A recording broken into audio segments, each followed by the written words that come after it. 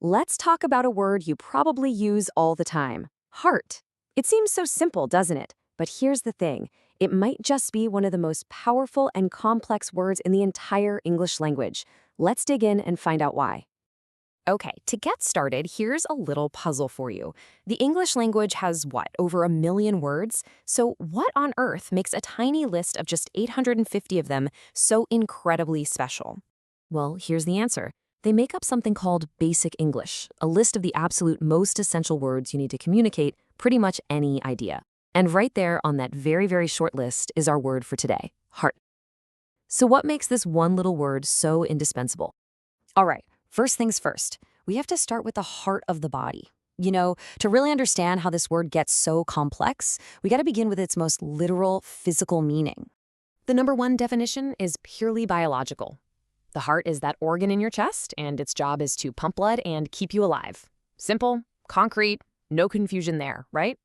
So yeah, when a doctor says something like he has a problem with his heart, it's crystal clear. We're talking about a medical issue with a real physical organ. But what happens when we use that exact same word to describe something completely different? Okay, now look at this. On one side, you've got a medical problem. On the other, this deep emotional pain. We're using the same word heart to talk about two totally different realities. So how do we get from a blood pump to a symbol for our deepest feelings? And this is where things get really interesting. This brings us to the many meanings of the heart. We're moving beyond the body now and into the world of symbols and metaphors that kind of shape our whole inner lives. And here it is, the big one, the most common figurative meaning. It's like we've all culturally agreed that the heart is the symbolic home for our emotions. Love, sadness, joy, all of it. It's not literally where they live, of course, but it's how we make sense of them and talk about them. I mean, think about this sentence. You broke my heart.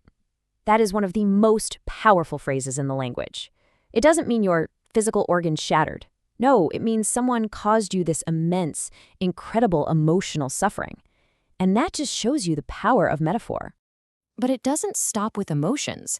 Because the physical heart is so central to our survival, we've stretched that idea even further. Now, heart also means the core, or the most essential part of pretty much anything. Exactly. When we say we need to get to the heart of the problem, we're trying to find the central issue, the main point. We've basically taken a biological fact, the heart is in the center of the body, and turned it into this amazing intellectual tool for figuring things out. And believe it or not, there's another key meaning.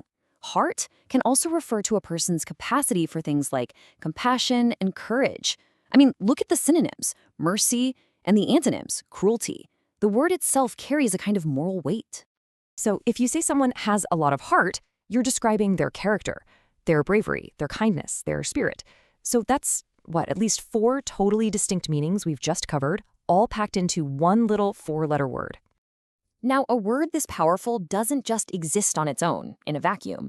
It actually creates this whole network of other words. You can think of heart as the sun in its own little linguistic solar system, with a whole family of ideas orbiting around it. Just think about it. Words like heartbreak and heartless, they tap right into that emotional meaning. A hearty meal gets to the core of your hunger. Even a phrase like wear your heart on your sleeve, every single one of these branches out directly from the meanings we've just explored. And what's really fascinating is how the word's meaning is defined entirely by its context. Look, in an anatomy chart, heart is just another organ. It's sitting right there next to the lungs and the liver. It's just a piece of biological machinery.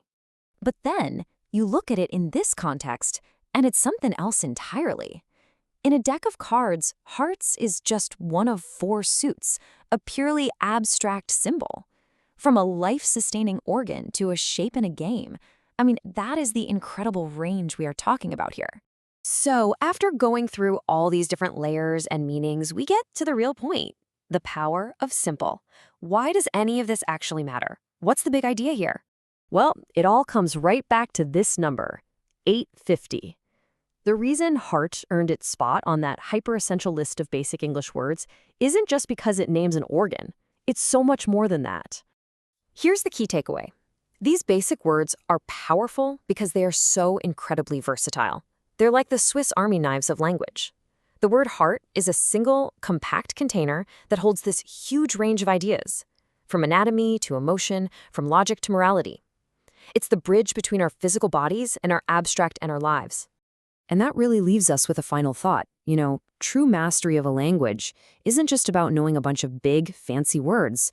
It's about understanding the incredible depth of the simple ones.